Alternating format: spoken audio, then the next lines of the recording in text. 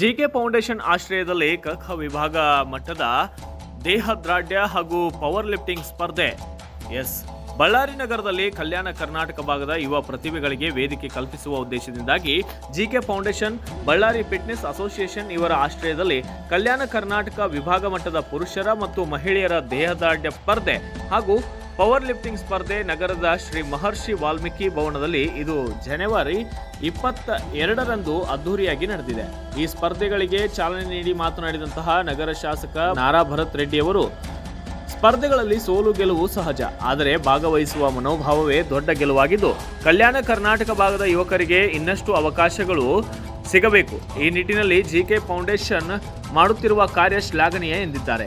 ವಿದೇಶದಲ್ಲಿ ಉದ್ಯೋಗ ಮಾಡಿಕೊಂಡು ಸ್ವದೇಶದ ಯುವಕರಿಗಾಗಿ ಕೆಲಸ ಮಾಡುತ್ತಿರುವ ಜಿಕೆ ಸ್ವಾಮಿಯವರ ಸಾಮಾಜಿಕ ಕಾಳಜಿಗೆ ನನ್ನ ಸಂಪೂರ್ಣ ಬೆಂಬಲ ನೀಡುವುದಾಗಿ ಹೇಳಿದ್ದಾರೆ.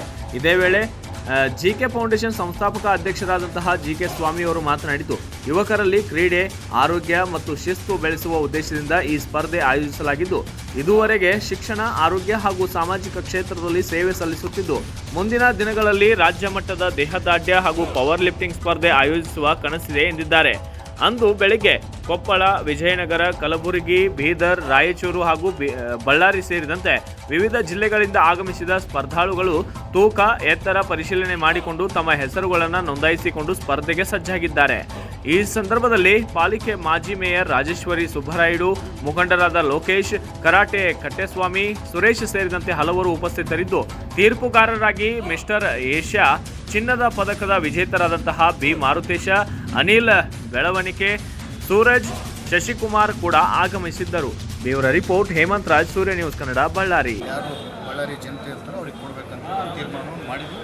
ಆದಷ್ಟು ಬೇಗ ಜಿಮ್ಮನ್ನು ಕೂಡ ಉದ್ಘಾಟನೆ ಮಾಡ್ತೀವಿ.